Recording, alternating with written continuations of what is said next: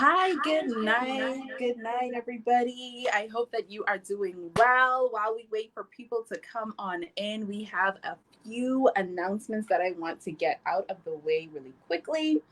And so the first one is I want you guys to set your timers for next week. I know that we haven't gotten started with this week yet, but trust me, this entire series is going to be magnanimous.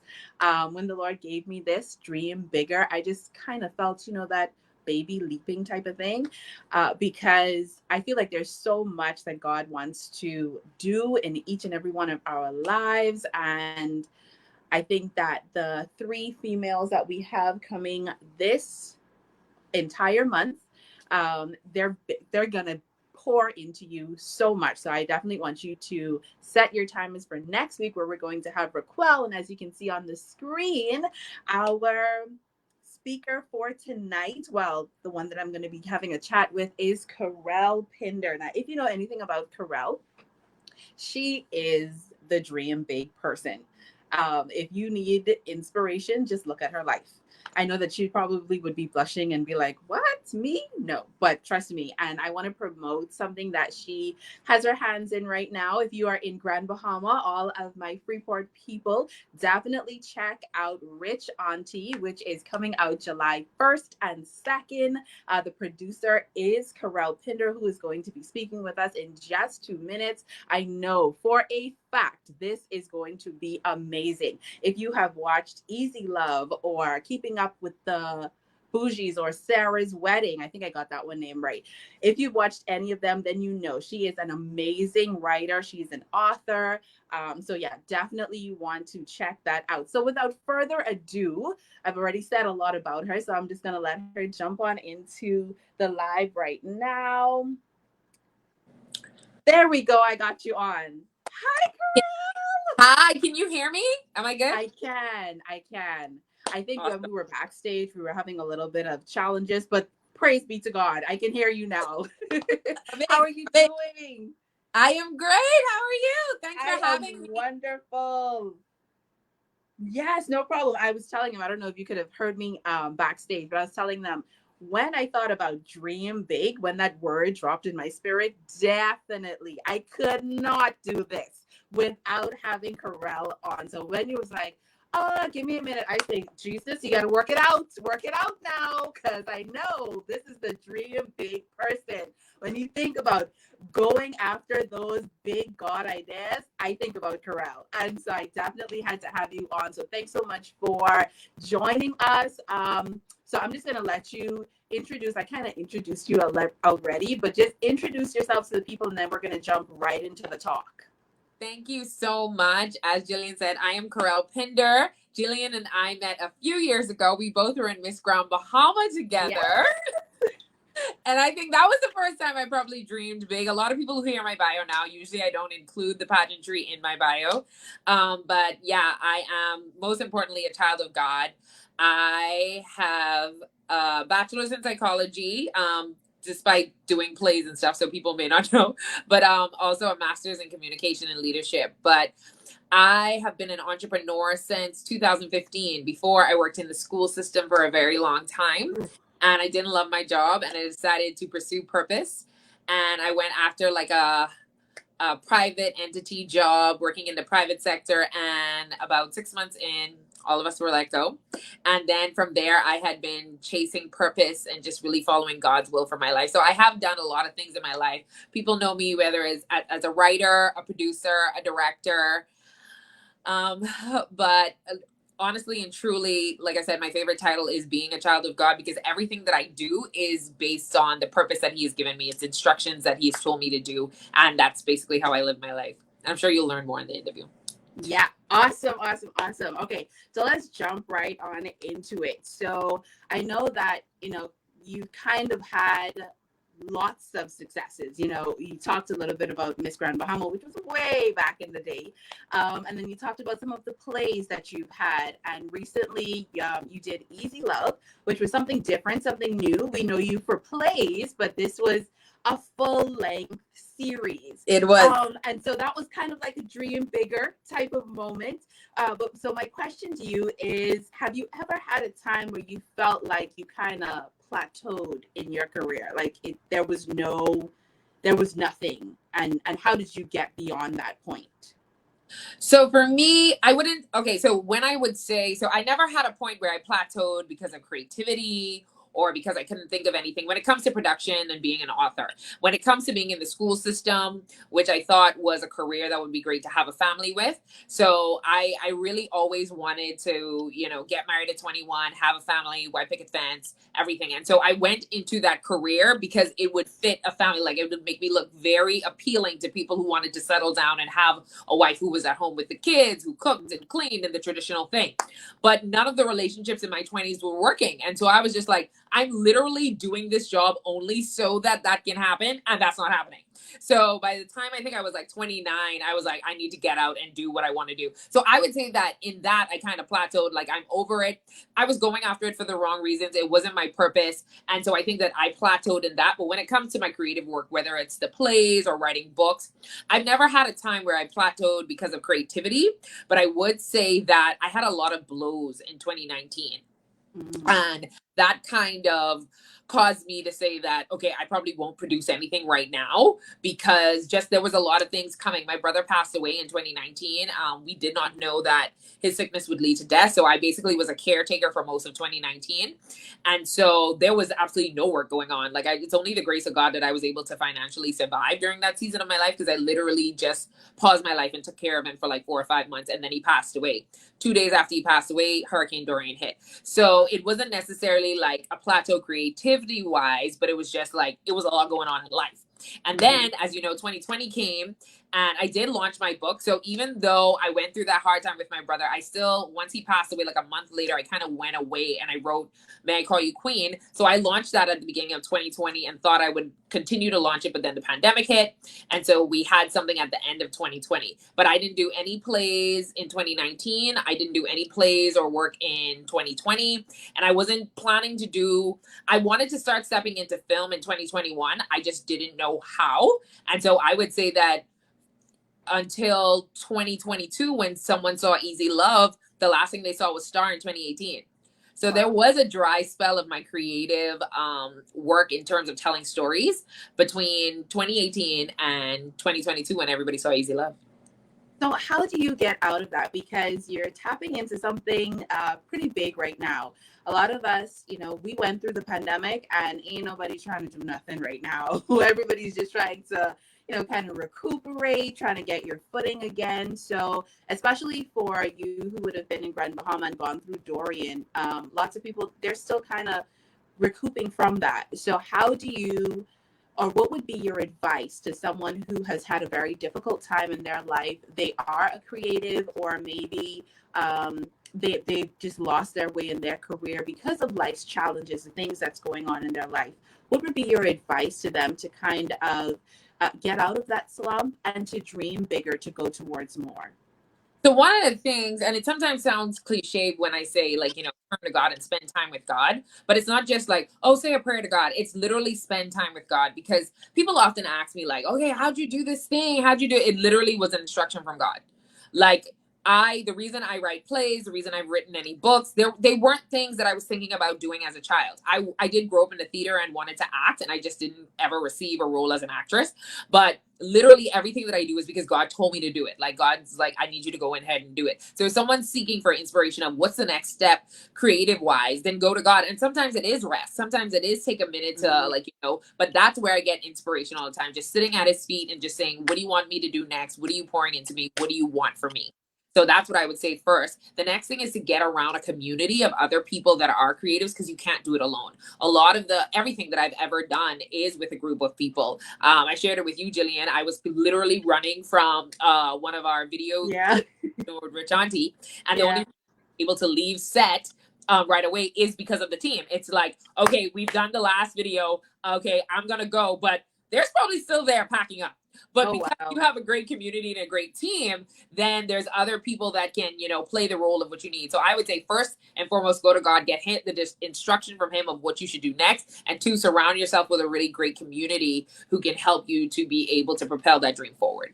Excellent. That is an excellent. And picking the right people. Because you don't want just anybody in your community. You got to pick the right people. You got to pick the people who will stay and who will see the vision through to completion, definitely. But what would you say is probably the biggest hindrance to people not expanding their thinking or dreaming bigger and kind of going out there and doing what they feel like God has on their heart to do? It's fair. It's fair. It's literally fair. And I heard a quote. I wish I could coin it as my own, but it's not my own quote. Judge Faith Jenkins said this in an interview, and she was saying this quote, and she said, "Fear is the poison of perspective." Wow. Fear is the poison of perspective. And I thought that was such a beautiful quote, because what happens in life when there are things that don't go as planned, or just things that you want to do that may seem like, oh, this is super impossible. If you look at it a different way, then it's something that you can achieve. Then it's something that you can overcome. Then it's something that you can go through. So a lot of things that are challenges or just seem too far fetched, that it's because of your perspective of the way that you're looking at it. And fear is the poison to perspective. So if you have fear about anything that you're trying to do, whether it's a big dream you want to accomplish or just something that God has laid on your heart and he's telling you to go out and do it, if you have fear there, you're not going to do it. And I understand fear. Like I've dealt with that in doing certain projects. Yeah. I've had it. But that's what I think it is. And so it's removing that fear, or recognizing, having this awareness that, this is fear creeping up. Why am I afraid? And if God told me to do it, then I'm just going to have to depend on him to see me through it. I'm just going to have to depend on him to make it work. This may be going crazy, but, and at the last minute, something, he's going to go in.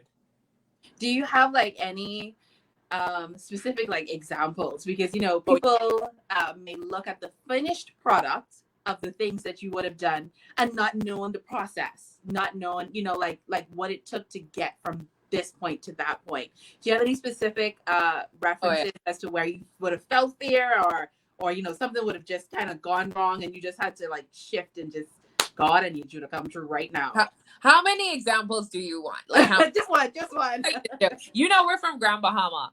But what I have to say, if there's anybody who's watching, because I can't see the comments on Facebook if you're watching, or if you're watching on Facebook, the repeat. I love my Nassau people, and Nassau people love our shows. I love Nassau people, and Nassau people love my shows. I am telling you, like, I can put up a status that I'm about to do a play, and like there are more Nassau people from Nassau that are liking it. There are more Nassau people that are sharing it and that are saying, when the Nassau dates. But where's the Nassau dates? But we need the Nassau dates. And it's not just Nassau people, it's Grand Bahama people too who live in Nassau. But they're like, where the Nassau dates? So every time they have done that, Jillian, from the very first time, that is fair. Because that is money. Like, that is money. Like, when I put up a show in Freeport, you drive from your... Oh, I think Okay, got it. Sorry, okay, got you. A call came in. Sorry. So when you come, you drive from home to come to the show. When I have to bring a cast over there, that's sometimes 24 people, I have to pay for plane tickets, I have to pay for hotel, I have to pay for car, I have to pay for food, you have to pay for, so the expenses goes up. And when I say expenses goes up, like to do a play, and just so people have some context, because I'm not afraid about talking about money. So if I put up a play in Grand Bahama, it's like $15,000 to $20,000. If I put up a play in Nassau, now add the 15 to 20 and more, because things are rising. Coin. So you're going into 30. You're going into, okay. And so that's what you're putting on the line, seeing if people are going to walk through the door and sit in the seats. Yeah. So there's a lot at stake when you actually do something. So it's not just, okay, I'm going to do this. Lord, you say do it. All right, cool, sure. Let me do it.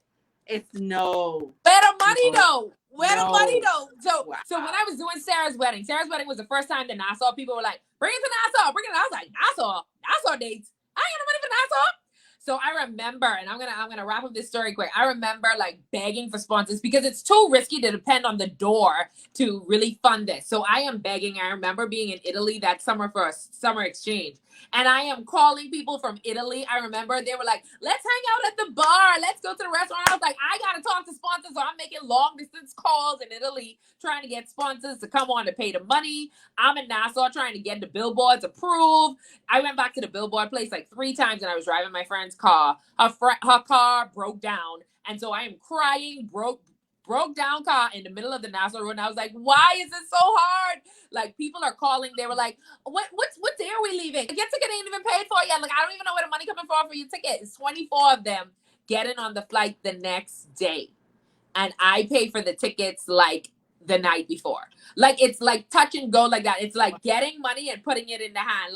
Like it was it's crazy. It's like an hour before the show, and there's a scene that has a bench, and we don't have a bench. So we're running around UB trying to find a bench. It's a bed that looks like a cot, and she's supposed to be this princessy girl. And so I'm like, she got to sleep on the cot, and the friend got to sleep on the floor, whatever. Close the curtains. I got to go in the front to start the show. Show starts, opens up, there's a bed on the table. Where that bed come from? Kerel don't know. Wow. See, that's the importance of having a team as well. They get the bed that wow. Oh my gosh. Because see, it's something my dad always tells me. You may be looking for the angel to come down, but God has placed people around you to fulfill the vision. He has placed people around you to make sure that it comes to pass. My goodness. Okay, let me try and get through these questions. You're dropping a lot. You're doing a lot right now, Kerel. A lot. I know that we dreaming bigger, but you're doing a lot. So my next question is going to be, what would be your top 3 tips to expanding your thinking? And I'm going to tie this into another question because, we live in a country where we're a dot on the map in the world. And so sometimes people can have a small island mentality.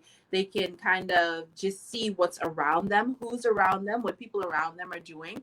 And that's not to say that people aren't doing big things, but they can kind of have a limited view because of where we live. So what would be your tips to people to kind of expand their thinking, get out of this small island mentality, and really just go out there, dream bigger, and do more?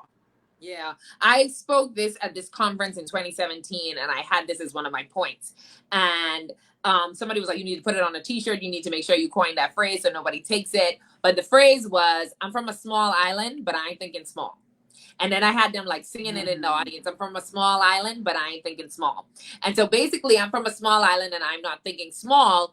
For me, anytime I have an aspiration of doing something, I'm never looking at, okay, did a Bahamian do it? Or how did people from a local aspect do this before? No, I'm looking at people who are on the world stage and saying, I want to be like this person. And I am studying the steps that they took in order to get there. Like, people ask all the time, oh, why'd you put Easy Love on YouTube? I said, I'm pulling an Issa Rae. Did Issa Rae not put Awkward Black Girl on YouTube? I'm pulling an Issa Rae. At another time, maybe I'll take the route of the film festival, but right now I'm taking the Issa Rae route. We'll see where it takes us. If that doesn't work, then something else. But I am thinking international. So every time someone watched that, they were like, oh my God, it looks so international, looks so, So for me, like I said, there are 3 things you asked me, like 3 things that you can do.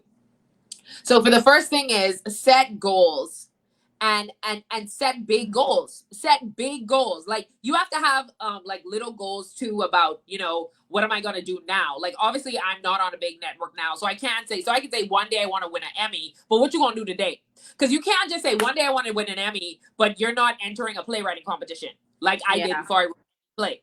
And I think that that's also important too. Set big goals and set smaller goals that are realistic to get there. My first play was nonprofit. I think so many people are like, oh, let me get to step 10. No, do step 1 first.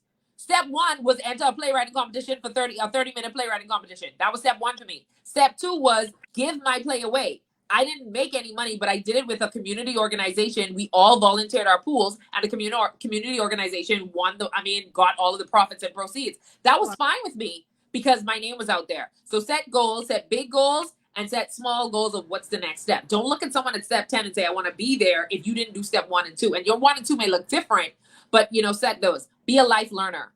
Be a life learner. Like, I am always learning, always consuming knowledge. Like, I'm reading all the time. I just finished reading Type A Personality, the Type A Christian. I'm in the middle of that now. My next book is Crazy Faith. Every morning when I run, I listen to podcasts when I run. So either I'm listening to a spiritual podcast, whether it's a sermon, whether it's entrepreneurship. How I Built This is a good podcast by Guy Raz. TEDx talks. If I'm home when I'm watching something, I'm watching Super Soul. Like, I'm always feeding my spirit, whether it's a book, a podcast, or a YouTube video. I am constantly, so anytime that I have to speak or do something or be creative, there's always information readily available because I'm always fueling myself with information. So be a life learner is something that I would say. And the last one, but is most importantly, is to go to God. Like, depend on God to give you the direction. Because, Jillian, if I did something that God didn't tell me to do, I wouldn't be successful. I wouldn't. I wouldn't. So when people, and trust me, I've tried. In my personal life, like I told you, at 21, I was just like, family. That's not the path I have for you. So I don't care what you do to try to set up your life like that. You're going to be unsuccessful because that's not the season I have you in right now. So you keep trying to do it, but it ain't going to work. Then you're like, oh, this person got married at 21 because that was her season. That was what I had planned for her. So therefore, she has success in that area because that is what I've called her to do. If you do what I have called you to do, you will see the fruit. You will see the success. So sometimes we look at, stop comparing. That's a bonus. Don't compare yourself to other people. Because if you're like, well, how come she having success in plays and I'm not having success in plays? Because that's what she called to do. If I go and try to do something I'm not called to do, whether that's personal, whether that's professional, whether that's spiritual, I go on a mic and I'm trying to be a pastor. Nobody called you to be a pastor. Come back. Bring it back. Seek God for what he's telling you to do in that season. And whatever he's telling you to do, you will be successful. I honestly believe that's why the plays do well. That's why the books do well. Because I wasn't trying to do it. It's literally God saying, this is what I want you to do next. All right, then. Are we going to do these things that I've been asking about yet? Not that time yet. Okay, cool. All right, I'll wait. But Kerel, okay. I hear you. But sometimes it's be a little hard though. Like you feel, okay, yes, God, wow, that's great. Okay. No, but that's a hard thing to do. That one ain't easy. What are you really saying? Are you saying that this is just a test? I'm gonna go through that for like a month and then like what's happening? What do you do in those situations when you hear something, you feel something, but it's a hard thing? If it's a hard thing, it's like, do it afraid. I know it sounds cliche, but you have to do it afraid. And I told the story on my podcast. So again, I can't tell you all about y'all Nassau people. Easy Love was never even supposed to be an event. We weren't having any premiere events. I told everybody I was pulling an Easter egg. So that was going up on YouTube one day. And it's on YouTube now. I had someone come to me and say, do a Freeport event. Freeport event ain't that, I mean, it was a little hard because I was never going to do an event. But it still ain't that scary because it's like, Freeport, you can fill up the room. Yeah, man, they're people. When Fusion reach out to us, I say nobody. That's too big of a risk, but that's too much money. That's too risky. So you know what? I kept feeling like God said do it. So I did it. We did it, Jill. But I did lose money. And so I think sometimes we feel like if God told me to do something hard, it can always blow up. That could be the result. No, sometimes success is whatever I took you for that journey through. You don't know what it was, what I took you through the journey for. And like, it wasn't a lot, praise God. It was like $500. But I lost money. That was the fear. The fear was that I was going to lose money. Guess what you did? Wow. Praise God, it wasn't what we put in because it's like over a $10,000 event. So $500, when you look at that, it's like, okay, at least you paid off your bills. But you lost money. But you spent 3 to 4 months planning this event, and now you still broke, so you can't even rest. Mm-hmm. So I'm not saying that when you do something hard, it's going to be like, and then it all works out. No, you might lose money. And now I died because I couldn't rest because I spent 3 to 4 months on something that went in the red instead of the black. So you do it afraid, and then you lean on God for, you're going to supply all my needs. You're going to tell me how it go. And whatever the results are is going to be what you want, even if they're not what I want. Mm-hmm. Wow, you talking good right now, because sometimes the result that you're looking for is not the result that God was trying to produce by this particular thing. That is amazing. I absolutely love it. So the final thing that I want you to do is I want you to talk about your next production that you have coming up, because I kind of peeped it on Facebook and I was like, okay, I'm pressuring you to do a Nassau thing. I might just have to get a flight over to I have Freeport to and fuck call over. it a day. That's all. That's all. I can't press you to come to Nassau. If the Lord tells you that, though, go ahead. Go ahead. Lean But tell into us the calling. lean into it. Lean into it. But tell us about a rich auntie. So Rich Auntie is about Monica. She is a financial analyst and she got this big job in Paris and she's excited about this job in Paris. But on the heels of her getting this opportunity, she realizes that her family is going through a lot of money problems. And so now she has to choose between, am I going to be there for my family and all these problems that they seem to be in the middle of, or am I going to chase my dream? And that's what we watch the story unfold. So there's a funny thing about Rich Auntie. I didn't want to do Rich Auntie either. Like God honest truth. Oh, So Lord. I have these friends. They're a part of another sorority. I'm Alpha Kappa Alpha Sorority Incorporated. They're Delta Sigma Theta Sorority Incorporated, and they are very supportive. And so from last year, they said we want to do a show that has a financial message in it. And I was just like, girl, you don't know how much shows cost, girl, no. So I keep saying, girl, no. Like from a year ago, I'm like, girl, no. Those things cost a lot of money. No, like no. And she was like, I really want to do a show. So after Easy Love, she was like, I want to meet. And so I was like, I'm telling you, these shows cost a lot of money. So she was like, do the budget and let me see. So I do the budget and she's like, all right, we're going to get the sponsors on board. We moving through with the show. I was like, wait, hold on. We literally moving through with the show. So it pushes me. So this is different. So it's a commission piece. So they commissioned me to do the piece. So that's different from what I've done before. So they handle all of the financial strain, but there's still a lot of pressure because I am the writer and the producer. And I am now being asked to write something. We had the meeting in March. The play needs to go up by the end of June, beginning of July. Last weekend, it can go up. And I have to give the actors a sufficient time of practice. So this was the quickest I've ever written a play in my life. And on top of that, it has to be entertaining. It has to have a captivating storyline, but at the end, there has to be a message about finance that you get at the end. Not at the end, but throughout, you should feel like there's some elevation or knowledge you got when it came to finance. And I like it because I like a challenge. My plays, I want you to laugh. I want you to cry. I want you to have a good time, but there's always a message.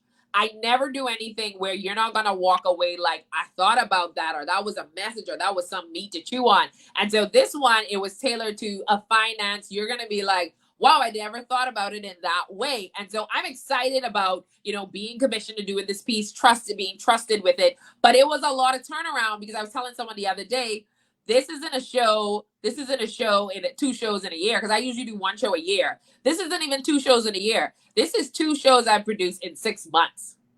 So it's all good. It's all good. So again, you may have a situation where God is just putting people in place, saying, "Hey, I want you to produce this because," and this might be stepping a little bit into the prophetic right here, because I look at someone like Tyler Perry, and he produces show after show. He ain't producing 1 show a year. No, he have like seasons of several different shows that he writes himself, and so you don't even know that the thinking bigger, the being bigger could be just God saying, you know what, I'm training you for something more. I'm training you for bigger. I'm training you for the place that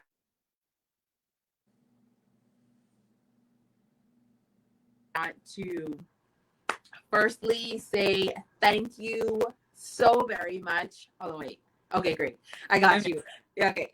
Yeah. So firstly, I wanted to say thank you so very much for coming on, for dropping those nuggets. I know it was a touch and go and you're running to something else right now.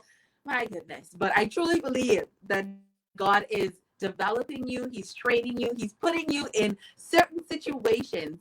He's putting you in those situations because he wants you to dream more and do bigger.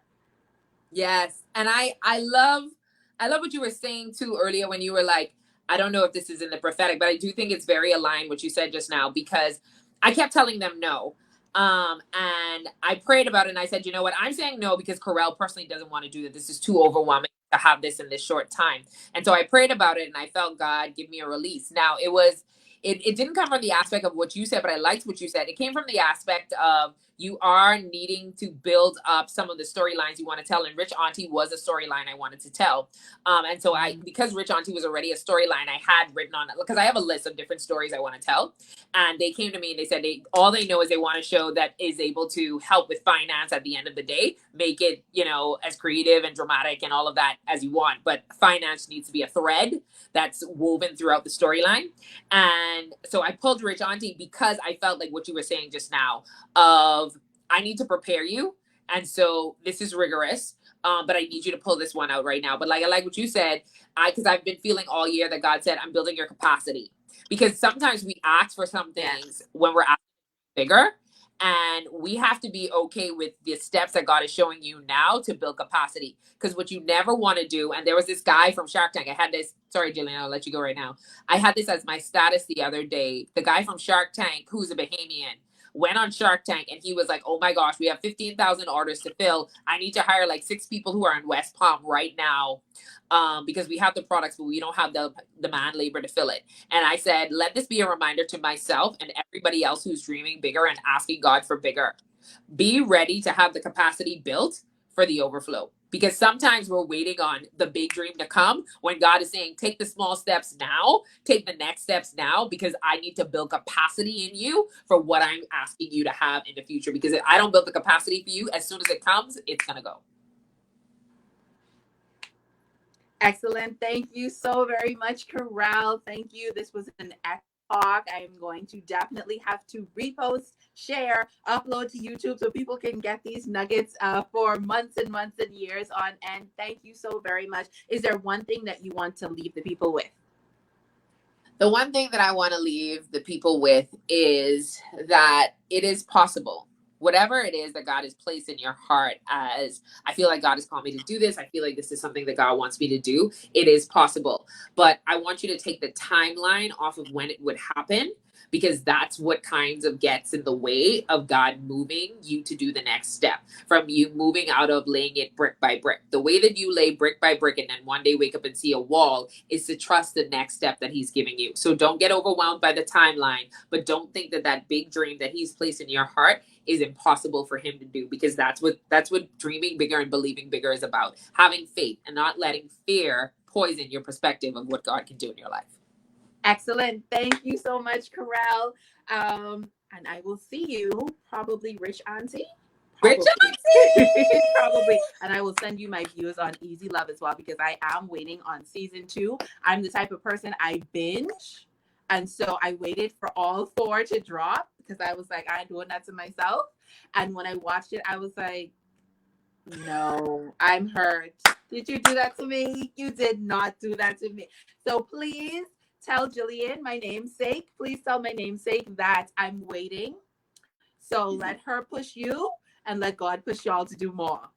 More. Yes, and if you never watch Easy Love, you can go on YouTube and watch all of the episodes, watch the behind the scenes, check out Easy Love on YouTube.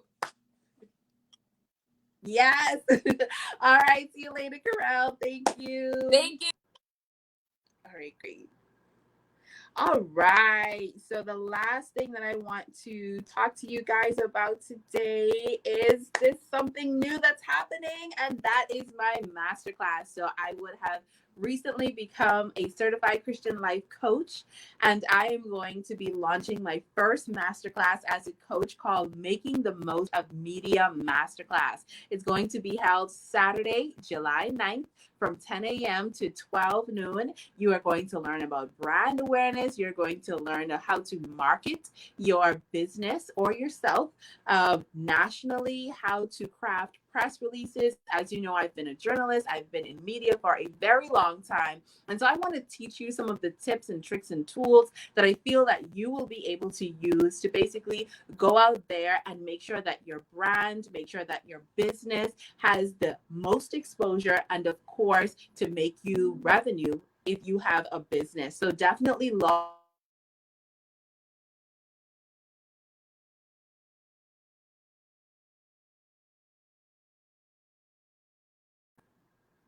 Definitely, I want you guys to tune into our next podcast well, our next live that is going to be next week, and that's going to be with Raquel. It's going to be right here next week, Sunday, same time, 7 p.m. And trust me, you don't want to miss it.